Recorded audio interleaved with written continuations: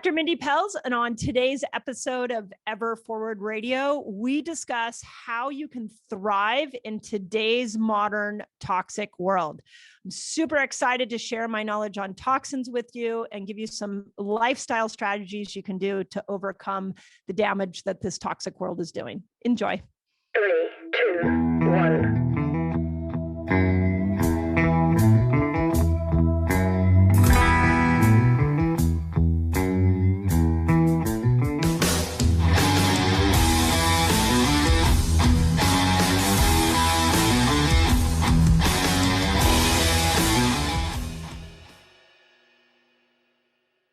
I was telling you that I just wrapped up Dr. Shauna Swan's book, Countdown, from our June Book of the Month Club, actually. And I've learned so much about male fertility, female fertility. And it was really kind of this one big theme in the book that I took away of our environment, of these chemicals, of toxins, things that are seeping into our environment, seeping into our body, keeping us infertile, maybe contributing us to become fertile, or even in the womb problems. And I know that's a big area of your expertise. So what is going on in our world? What is going on in our environments that are seeping in and having these toxic effects? Yeah. I mean, that's like such a loaded question because, True, the best way I can explain it is when I hit, so I'm 51 now, when I hit 40, and I started to go through hormonal changes associated with menopause, I had some really rough bumps in my hormonal profile. And when I went searching for answers, what I discovered is that we are actually living in the most toxic time in human history. And I didn't really need to go far to figure that out. The first place I went to is I literally went to YouTube and I typed in toxins, and there were 2 videos that showed up. And this was, by the way, like 9 years ago. So this is like almost a decade ago. There were 2 videos that showed up. One was a woman, Robin O'Brien. I forget the name of her book, but she has a famous TED Talk. And her story was that her son was eating a Go-Gurt at the breakfast table and went into anaphylactic shock. They rushed him to the hospital. He almost died.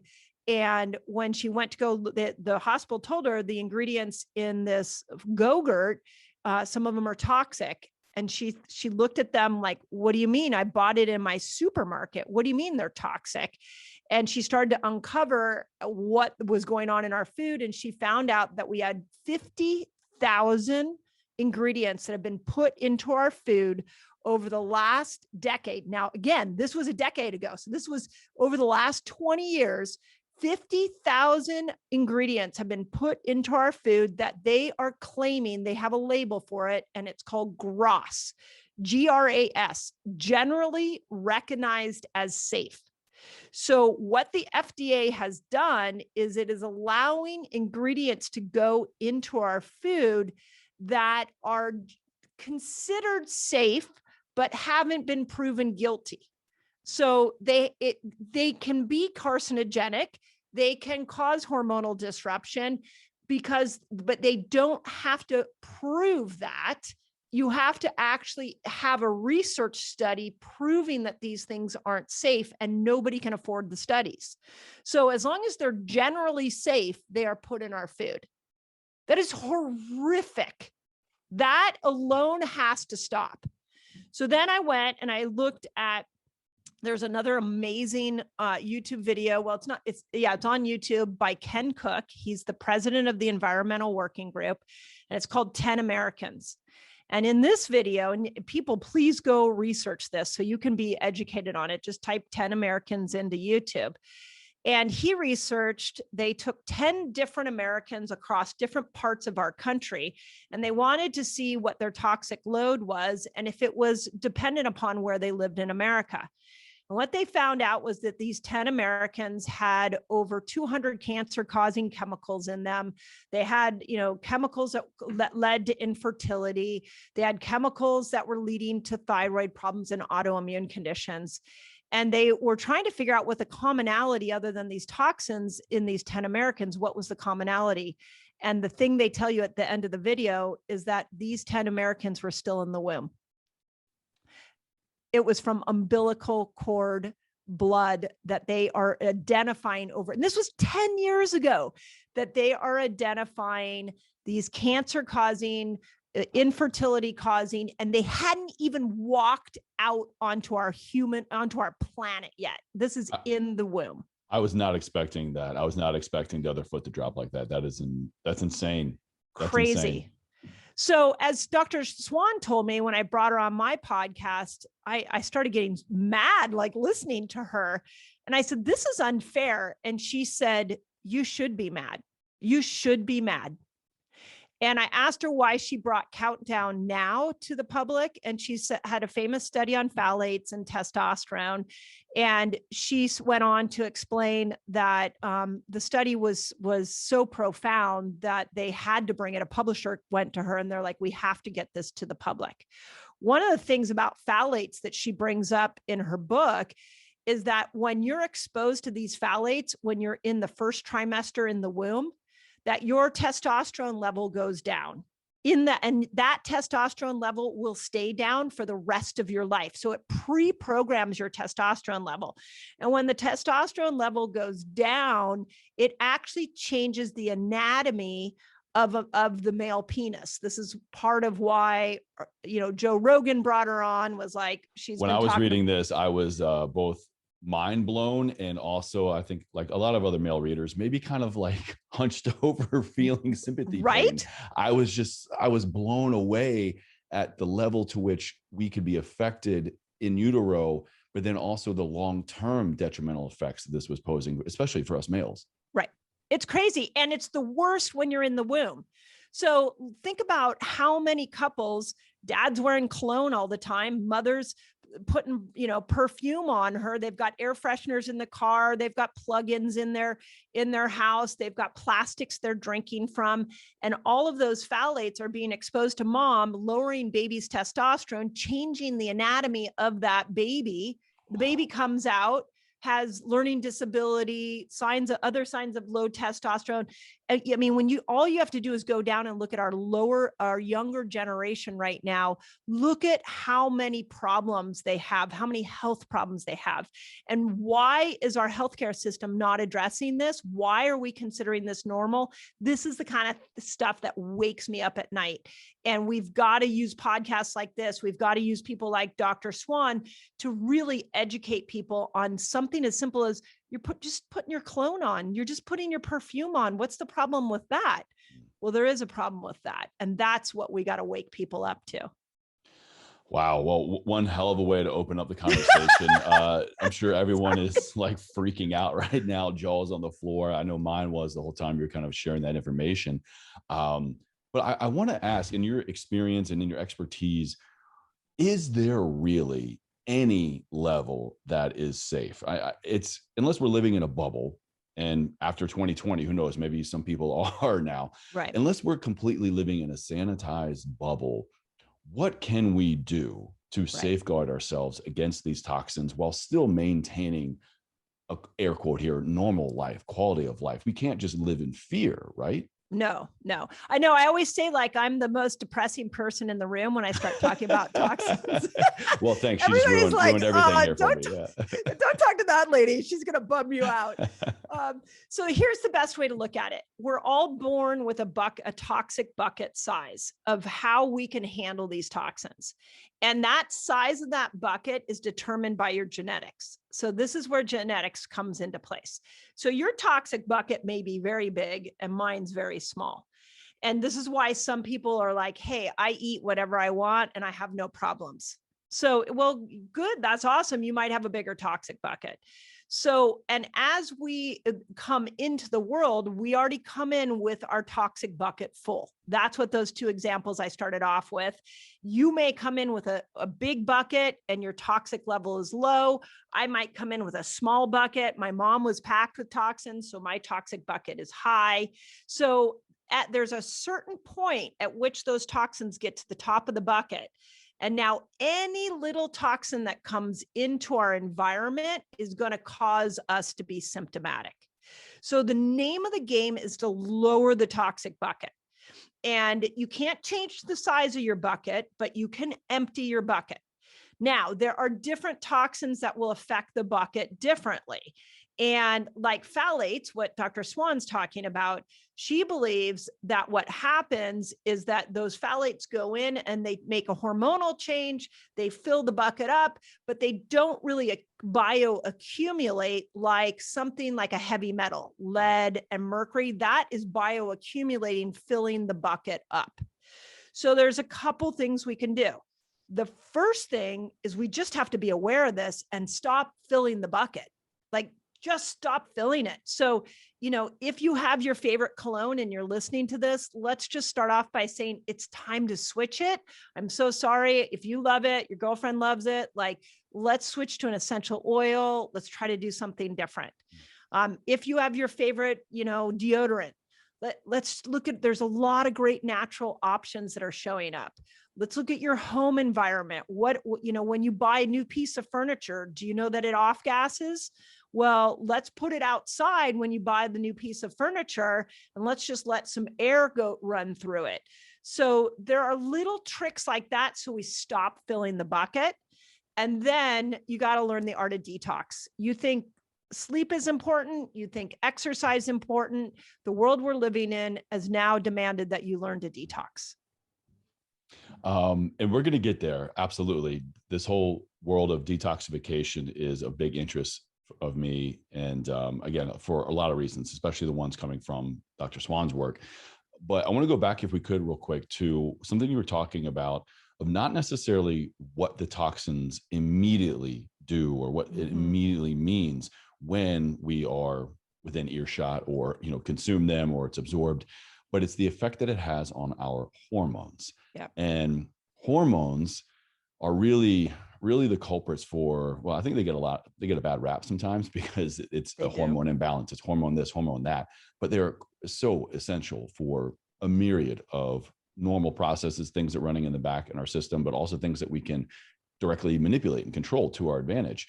So it's not so much that these toxins are coming in and they're there, and like you said, bioaccumulating, but they're causing changes to our hormones. Can you kind of walk us through, what does that mean? What does that look like? What does maybe even it feel like? What are some signs and symptoms, some things people may be able to reflect on and how they feel and how they're showing up in the world that they might be able to trace back to a hormone, that they might be able to trace back to a toxin? Yeah, well said. So let's go to the phthalate discussion again, and let's go to low testosterone. So you're putting your cologne on every single day.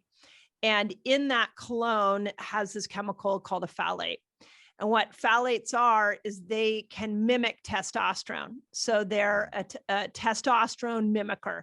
So when they come in, the body goes, oh, I've got testosterone, but it's not the testosterone you need to keep your libido up and your muscles strong. It's a synthetic testosterone. That testosterone from the phthalate will go into these receptor sites on our cells where we are welcome hormones into the cell, and it will go in, and the body thinks it has enough testosterone, but it doesn't have the same effect as regular testosterone happens. Then you get a message, your brain goes, okay, we seem to have enough testosterone here. And it sends a signal to the testes and it says, hey, you don't need to make more testosterone because we got plenty of testosterone. You're talking about down regulation. Yeah, exactly. So the body shuts down its production of this natural hormone because it thinks it has enough. It doesn't realize that what it's getting is not a usable form of testosterone. And so you're left with muscle loss, you're left with, low libido, things like that, because the body regulated to this synthetic hormone that was coming in from this toxic chemical. Same thing happens with estrogen. There's a lot of times where estrogen comes into the body, and from makeups and, pesticides. I mean, the estrogen mimickers are huge. And all of a sudden the body thinks it has enough estrogen. And so it stops making the natural estrogens that are protective. And this amount of estrogen escalates. And so now you've got cancers. Men start to get man boobs because it has to store it somewhere. I mean, you've got men with breast cancer now because all of these synthetic chemicals created more estrogen. The body stored it like it was estrogen, but you're literally still estrogen deprived because it's a synthetic version of estrogen.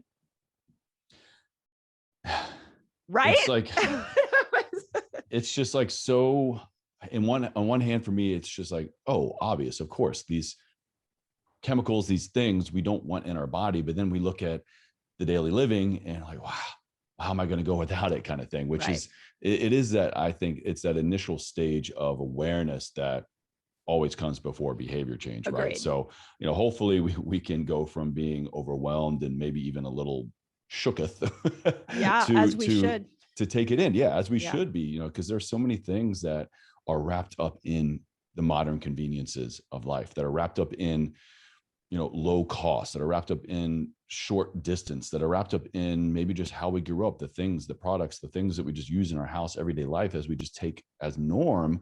But have we ever actually maybe stopped to kind of look at the ingredients? So many of my listeners, and myself included, we've gone through a lot of that in our nutrition, our eating habits. We look at the food label, we look at the macros, we look at the calories. But I think this is a great kind of learning moment for us to take that same concept or similar concept and apply it to all these other things that are being absorbed in how we breathe and our touch and skin. And, we may not be directly digesting these things, but we can take the same concept of awareness of what we're doing in terms of labels and our environment. Like, it's all coming in. It's all coming in one way or another.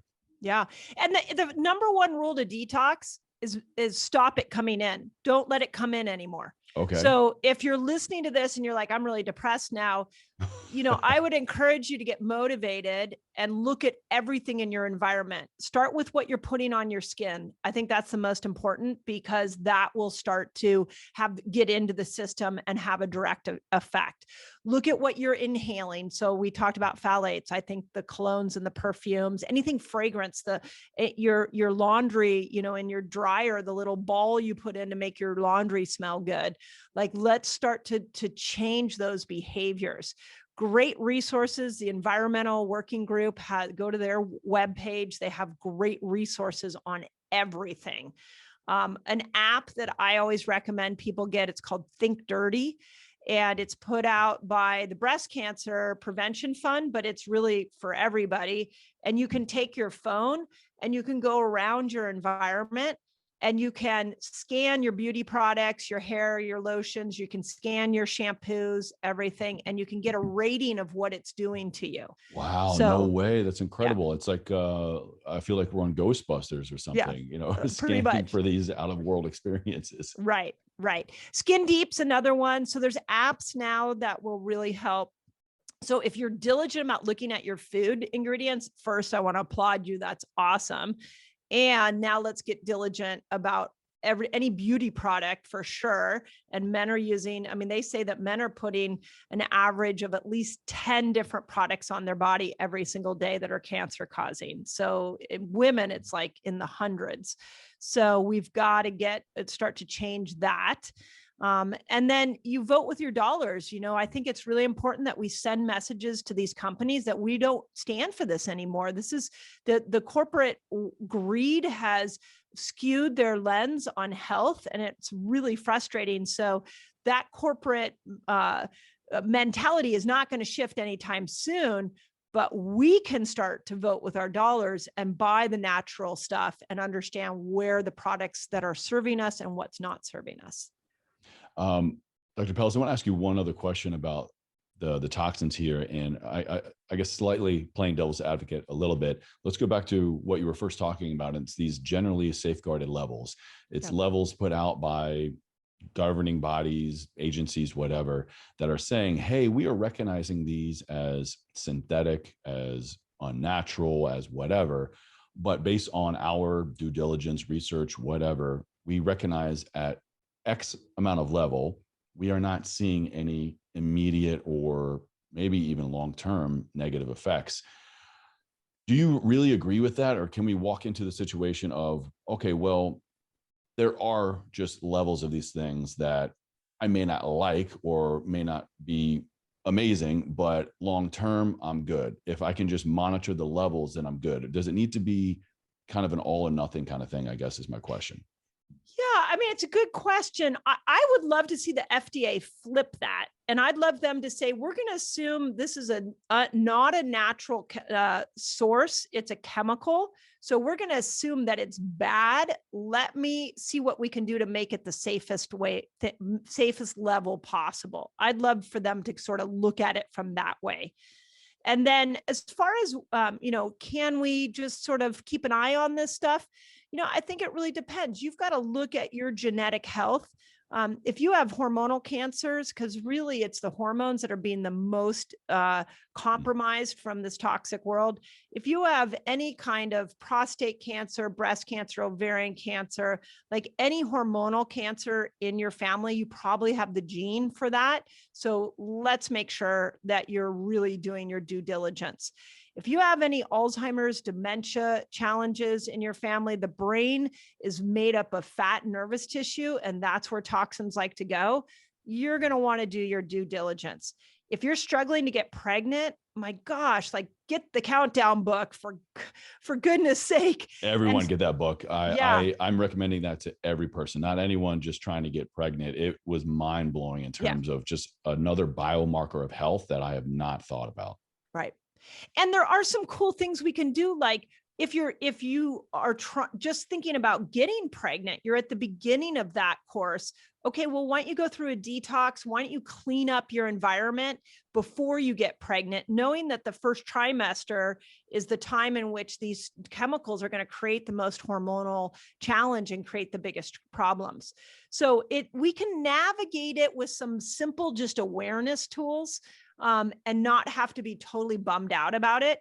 The challenge that I see is when we've got almost every person on the planet now has some kind of autoimmune condition, or I just went recently to the CDC's website, and they were saying that 60% of Americans have a chronic disease, and 40% of Americans have 2 or more chronic diseases. And 90% of the money we spend on healthcare, the trillions of dollars, is spent on a chronic disease.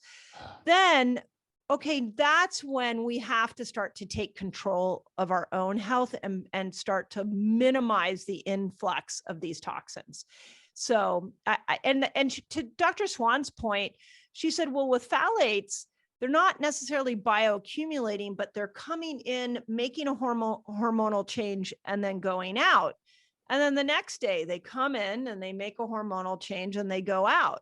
So every day we're getting exposed to these. So you get to decide at what level you're going to be conscious of this or not, because the corporations are not doing it. Exactly. They're doing the bare minimum to keep the public at bay, to keep these agencies, out of their storerooms, and keeping profit margins, I'm sure, as high as possible. Yeah. And another point I'll make there before we move on, I really want to dive into kind of how we then work on it, going through these, fastings and maybe reducing toxins and things in the body. And that was something that Dr. Swan really drove home for me in the book. Was it may be good for us now in terms of our health in this life, but the concept of epigenetics and what it can do for up to 2, 3, even 4 generations sometimes when we experience a major, significant, stressful event, when our buckets are full of these toxins. And while it may work for us, we are unique, we are bio unique. That does not mean our offspring, our second, third generations are going to be as strong in those areas as well. So it not only could be negatively affecting us, or, we could be fine, but also keep in mind, like, you're just you. Your children, your grandchildren, your great-grandchildren may not be so lucky. And what is written in your genetic code, you are passing down, and you could be doing a disservice, or you could be setting them up for as much success as possible. Yeah, the most famous study that showed that was done out of Washington State University, and they did it with DDT. This was done years ago. This is not a new study. And they found that people who had the obesity gene, if they exposed them to DDT, the first person exposed didn't necessarily trigger obesity, but 4 generations down, they got that gene triggered and were obese. So now those kids come out and they're like obese, and nobody knows why, and they don't know why, but it was a gene that was triggered in mom, and then it just keeps passing down. It's insane. The more and more I think I have this whole human body thing figured out, the more and more I am proven, I wouldn't say wrong, but just there's another layer. There's another layer. Yeah. Wow. Yeah. Yeah. And that's why, I mean, it is really depressing, but once you see it, like I tell people, just go through life looking at your toxic lens. Look at everything, every piece of furniture you buy, every shirt you buy, if it has that funny smell, if you're any food you buy, like wherever you are, start to be aware of it. And if you even cut your toxic load in half, we're now doing some great work to end this. And then I think we really need to go to the people who are before they get pregnant and then when they're pregnant. Those are the times I just want to like put somebody in a little glass bubble and make sure that they're not exposed. Well said. Well said. So then if we could, please, let's move into, now that we've become more aware of these things in our lives and possibly in our bodies, what are some next steps to kind of work on detoxification, on cleansing the mind and the body for us and for future generations? What would you say are some immediate next go-to steps for somebody wanting to work on it? Yeah. Great question. So again, the first thing is awareness. Just, if you're listening to this, get the apps, look at your environment. The first step to detox is stop it coming in. So that alone is a lot. The second step, and I like to do like, okay, what's from easiest to hardest? What's from cheapest to most expensive? That's kind of how I look at it. The easiest thing you can do is start fasting. This is why I love fasting. So fasting, the research is showing that if you stimulate something called autophagy, autophagy is a mechanism in the cell that gets the cell to repair itself. So 17 hours of fasting will start the process of autophagy. Your cell will clean itself up. It will reorganize it. You were born with an intelligence inside of you that you can tap into if you start to learn to fast. The other thing we know is when these chemicals come in, we've got hormones that go off, we've got inflammation that comes up. And when you start to fast, that inflammation comes down and the hormones balance out. So even if like I have this real vision that we can end chronic disease by teaching people how to fast, and we wouldn't have to necessarily change their toxic load. We wouldn't have to change their food, although I would like to see everybody change their food and their toxic load. But if all you did is every day do 15 to 17 hours of fasting, you're now giving your body a healing time. You're letting the intelligence inside the body start to repair the damage that's being accumulated from all of these modern toxins that are in our food and our environment. What then are some telltale signs that the fasting is working? If someone's going into, let's say, this 15, 17-hour fast you're talking about, and maybe they don't have any toxic symptoms, but they just want to see. I've done this so many times. I just want to test a new dietary protocol. I want to test this, test that. What would be some positive biofeedback that I could say, hey, yeah, actually, maybe I did have some more toxicity going on than I thought? Yeah. Well, there's some positive feedback and then there's some negative feedback. So, okay. We can't have the good with all the bad, huh? All right. Yeah. So let's start with the negative and then we'll go to the positive. So when we've got on my YouTube channel and on Instagram and Facebook, we've got about 500,000 people that we fast once a month together. We do a 5-day period and we train people. It's a free group that we train people how to fast. So I have seen a lot of different fasting reactions. When people get, like, they used to call it the keto flu. We don't talk about that so much anymore, but when you get rashes, when you start to get inflammation in certain areas, when you get a little more fatigue, when you get kind of like dizziness, that's your body detoxing. It's pushing those toxins out, it's repairing itself, and it's actually temporarily a very positive sign. But what happens is people go, no, fasting didn't work for me, because they actually started to detox themselves in something as simple as a 17-hour fast. So that would be a negative sign. Now, some people, when they start fasting, all of a sudden that 3:00 crash that they had goes away. And they are like, I just was talking to somebody, it was a patient the other day who just started fasting for the first time. And she's like, oh my God, at 3:00, I have insane energy. I don't need a cup of coffee. My mental clarity's up. So that would be a positive sign that those cells are repairing and they're becoming more efficient. People will drop weight. Let's talk about weight for a second. Weight, we all villainize weight, but weight is actually there to save your life. So what your body does is it says there's too much excess here, too much sugar, too many toxins, too many hormones. Instead of storing it in your liver, your heart, your lungs, I'm going to store it in fat around your belly. And so you look in the mirror and you're like, oh my God, I'm gaining weight. I must not be. I need to cut down calories. I need to exercise more. But actually what you need to do is detox and start to learn to fast, because what your body's doing is it's just trying to store it somewhere else to save your life. So with fasting, we see the weight loss is insane, like hundreds of pounds that people are losing because they've now using a mechanism to tap into detoxing that excess that is in alignment with the body. They're not on a treadmill trying to, outdo their calorie in, calorie out. That old theory is not working for people. So weight loss is great, mental clarity, energy, sleep. I mean, you name it, fasting can overcome this toxic barrage. You hit on something there that I think is so profound. I want to kind of make sure the listener picks up on this, and I would love to pick your brain a little bit more. Oftentimes when we are seeking to improve the quality of our life, to gain weight, lose weight, to start working out, start eating better, whatever getting better, whatever wellness, whatever healthy means for us, we often jump into a lot of things and we're trying to do a lot to ourselves for a positive result. But what you were talking about there is really the body's profound innate capability to auto-regulate, to heal, to change course. If we just make time and space for it to do what it is here to do.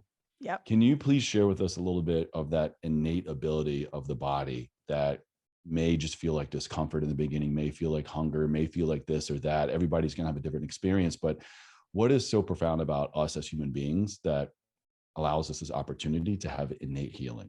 Yeah, it's such a good question. The first thing I want everybody to know is you came pre-programmed with healing, a healing mechanism inside every cell inside of you. The problem is you were never taught that. You're taught the moment you come out, if you have a symptom, you need to put something from the outside in to fix that symptom. But symptoms are your body's way of healing. So let's use a fever as an example. A fever is a brilliant indication that the body has identified there's an infection and it's going to raise its body temperature so it can burn that infection out. Congestion's the same thing. When you get mucus, that's the body trying to create something sticky so it can hook onto that bacteria or virus and get it out of you. So when we come to fasting or we come to detox, what's happening is the body's having that same, you're asking the body, hey, I need you to go into a little more of a healing mechanism, and you might get some of these symptoms. But because we've been taught symptoms are bad, the minute we feel we have a symptom, we go, ooh, that's not working, or we want to put something from the outside in. So it's really the difference of, do you want to run your health from a place of, I always need something from the outside in to heal me? Or do you want to look at, gosh, there's this inner wisdom inside of me. Let me get to know it better and live my life from an inside out place. And once you understand inside out living, outside in will sound, it'll become more and more ludicrous to you. It just makes no sense. On the hormonal front, let's just use that as an example. How many autoimmunity? How many people have like something like RA, where the body is attacking joints? Well, 70% of autoimmune conditions are from environmental toxins. So your body was so smart that it decided, hey, there's toxins in the joint. I'm going to create an immune response against that. You walk into your rheumatoid arthritis specialist and they're like, oh yeah, you have RA. Let me give you another toxin in a medication so we can bring that inflammation down. But you never stop to say, why is the body doing that in the first place? And it's not your fault. You just haven't been trained to look at it that way. It's not your fault. I really want the listeners to remember that. Yes. It's not your fault. And think back to what your parents told you or did for you. Think back to a friend, a mentor. I mean, hell, maybe even your like middle school nurse. Everybody is hopefully just doing the best they can with the tools that they have. And especially when it comes to our health and our wellness, well, a lot of that changes. I mean, how many times have we heard this study shows that cholesterol is bad for you, and then the next year or 5 years later it's like, no, it's good for you, or it's constantly changing. If we're constantly looking at the science and paying attention. So it's not your fault. It's just maybe what was done for you or to you in efforts to help heal you, I guess. But pay attention to your body. It's always going to be the greatest coach you have. And a really good question to always ask yourself with any symptom is, why is my body doing this? Why is it doing it? And instead, what I think most people do is they go, this is uncomfortable. How do I make it go away? So let's just flip the question you ask yourself on any health condition, and you'll be amazed as you get to know your body, how you can actually use lifestyle. I'm such a fan of this idea that maybe it's lifestyle medicine that needs to emerge right now. Absolutely. We can cure so much with lifestyle if we just asked better questions around our symptoms. Couldn't agree more. Could not agree more. And speaking of lifestyle, I'm wondering if you could maybe break down for us lifestyles in different age brackets. I'm curious if in maybe our late teens, in our 20s, in our 30s, in our 40s and beyond, could we, or even should we, due to where we are biologically, be tapping into some more of these protocols, these lifestyle changes, because maybe that phase, that period of our life, our bodies are more capable of handling certain things, or we have higher levels or lower levels of hormones. Should we maybe in different ages of our life really be leaning more into these protocols? Yeah. Well, the longer you live on this planet, the more toxic damage you have. So, at some point it's going to catch up with you. I mean, look at just what happened to us over the last year. Why were we worried about the seniors? Because their immune systems have been worn down from being on this toxic planet too long. So their immune systems are a little slower to react, whereas the younger kids were not as slow to react because they don't have as much toxic barrage.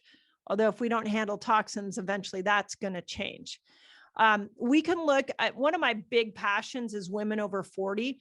I really feel like as women get over 40, they have to change how they work out. They have to change what they eat. I have a whole book on this, where as a woman goes, her ovaries stop producing as many eggs. She becomes more susceptible to different stressors. And working out is a big one. Like women over 40, less marathon running, less pounding, because you're actually getting less estrogen, which is giving you less collagen.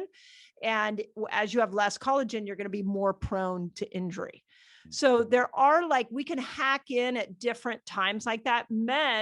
As men start to age, you're going to get less testosterone because of the impact of toxins on you. So again, for you got to make sure that you're keeping yourself, like a 50-year-old man needs to be more concerned about his cologne content or his cologne access than the 20-year-old guy, unless the 20-year-old guy is trying to get pregnant, so have a baby.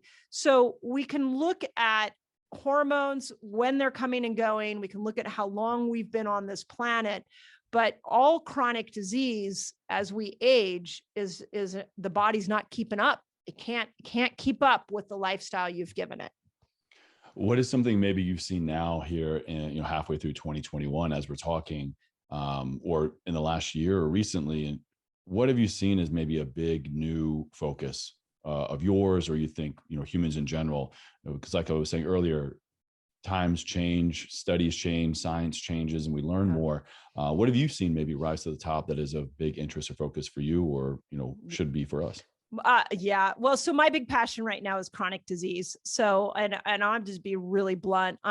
Last year at this time, I walked around going, oh my gosh, finally, everybody's caring about their health. This is amazing. We are going to get people off of sugar. We're going to get people sleeping. We're going to get people doing the things they need to do for their immune system. But all the messaging they got was quarantine, mask up, keep yourself away from other people. Our politicians, our media had an opportunity, and that opportunity is now gone. So now we are all debating vaccine, no vaccine. And you do what feels right for you, but if you get the vaccine, you still have to fix your lifestyle. We are more immune compromised. Yes, we had a viral problem, but we had, more importantly than that, we had an immune compromised problem that absolutely has to be addressed. And when I looked through the research of what was making everybody immune compromised, it was three things: low vitamin D, metabolic syndrome, which basically means mismanaged blood sugar, and low glutathione. Those were the three commonalities between if you got COVID and had symptoms, or if you got COVID and didn't have symptoms. Okay, why does everybody have low vitamin D? We're not going out in the sun. We're lathering ourselves up with sunblock. We're got cells that are inflamed, so vitamin D can't even get into the cell. Why does everybody have metabolic syndrome? Because everybody's eating the standard American diet: wrong oils, refined oil, flours, and sugars. Why does everybody have low glutathione? Well, glutathione is the antioxidant that helps you detox. So you've been using your glutathione up. If we just fixed those three things, we could have been out of this pandemic within months, and we would prevent future pandemics. What is really like tearing at my heart is that we're not addressing these three things. And when a variant comes around, when the next pandemic comes around, we're going to blame it on people who didn't get vaccinated. That is not the problem. The problem is that we have an immune compromised world that is not being addressed. And we're going to have to address it at some point, or to Dr. Swan's point, we are on a path to extinction. Yes. I literally got chills from what you were talking about there, because I think it's inside of me. It's inside of a lot of us. Everything you just said, and you got to do what you got to do. Of course, do what you feel is best for your health and your family. But I could not agree more with what you just said. And I want to say something real quick as we begin to wrap up. And I want to preface this by saying, I'm not saying this in an arrogant way, in a cocky way. I'm just stating what I have experienced, and that's all I ever do here on the podcast. And that's all I ever do in my content, is just share my experiences of what keeps me going, what makes me tick and tick a little bit better. And I honestly feel, and again, another preface, illness, death at no time is a positive thing. In fact, it's the whole reason of Everforward Radio came from the death of my father from a terminal illness, ALS. And so I know death. I know death, and I wish it upon no one. And I know suffering, but there are so many things we can do to thwart that, to build and stack the conditions in our favor. And I honestly, I'll say this, I really do feel like in many ways, what 2020, what this global pandemic did for me, and maybe you can relate, was the ultimate test of everything that I've been testing. It was the ultimate test of taking care of my body, taking care of my mind, of nutrition, of training, of physical activity, of stress, of all these things. I was around, unbeknownst to me at the time, many people who had COVID, many people who had other chronic illnesses and diseases and poor lifestyle choices, poor healthy lifestyle choices. And I, by the grace of God, by all my, choices in life, walked through just fine. Yep. Never once was I sick. Never once was I diagnosed. And I've been tested many times. Yep. I didn't suffer at all. Again, thank God.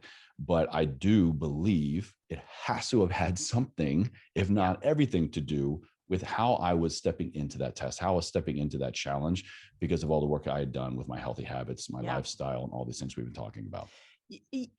Spot on. I told my patients when it first happened, I was like, we've got this. We have been training for this moment. Let's go, team. Let's go. Yeah, you're going to be just fine. My 80-year-old parents, I sat them down and I was like, okay, we have a plan. Here's the plan. We got them eating different. I have a biohacking center here. So we got them in my hyperbaric oxygen. I got them on a pulse machine. I got them fasting. I checked their vitamin D. That was the first thing out of the gate. Checked their vitamin D. We had a strategy, and then we got them out. We did not quarantine them, because you need that social connection. They're 81 and 84 years old. Social, and they are a million times healthier. Yes. Amazing, right? They are healthier today than they were a year ago. because we came up with a plan and they thrived through the pandemic. So when everybody's like, I can't wait to hug my parents again, I'm like, I was hugging them in April 2020 because we had a plan.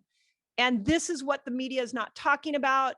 This is what people are asleep to. So amen to that. Like that was a huge pet peeve of mine. So I agree with you. We train for these moments. We did. And the training, just because we made it through, doesn't mean the training has stopped by no means. That's right. This is a lifelong mission. And I know the person listening right now, they wouldn't be listening if they, didn't somewhat believe that, at least with me. But that's the beauty. Everybody gets to make their own choices and find the things that work for them, and take tools from me and take tools from you and put them in their toolbox and create a life of their design, and a healthy one at that. Yeah, I agreed. And don't let anybody put you in fear. That's the other thing that I just really want to emphasize. When you go into fear, you've now been taken away from the intelligence in your body. So everything gets suppressed, especially your immune system. Yeah. Hang around people that believe in your own healing power, and you will, I never once, I don't know about you, Chase, but I never once felt scared last year. Never. No, I felt a lot of things. I can honestly say, let me think back. I never felt scared. If anything, I was never scared for me. I'm really thinking hard now. I was scared for a lot of other people in my life, that no matter how hard I tried to live by example, or even flat out to friends and family, I'm like, hey, you need this in your life. You need to stop doing this. However I tried to be, it didn't come across and was never absorbed by a lot of people that I cared about. So I was definitely scared for some people in my life, but for me, no, I was so happy with the choices I made leading up to that, and the ones that I continue to make to get me through that. Agreed. Yeah, agreed. So, take your own power back and start to learn about your body, and you'll be amazed at how miraculous this thing is. And I mean, who knows what the agenda or what was going on last year, but we do still have an opportunity to say, okay, that was scary. That was like no fun. Nobody liked quarantining. There are a lot of repercussions of being, everything. The first 2 weeks were fun for me. I watched a lot of movies, and it was like a adult snow day. But Did you watch Tiger King? Oh, who didn't? Of course. Yeah. So all of those things were, we had an opportunity, and I just want people to realize that just because we're coming out, just because the vaccine got rolled out, and this is not a pro-vax or anti-vax, you do whatever feels right for you, but you're still going to have to work on your lifestyle. And when the next one comes around, have you trained for it? Because it's time to start training for the next one or the next thing, so that when it comes around, you don't fall prey to the mass hysteria that got infiltrated into the world last year.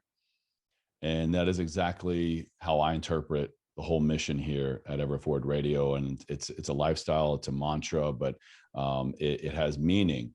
And when we give meaning to anything in life, I think, well, just watch out, world, because we're going to be plowing through in a better way than yesterday. Agreed. So I'm curious, what does that mean to you?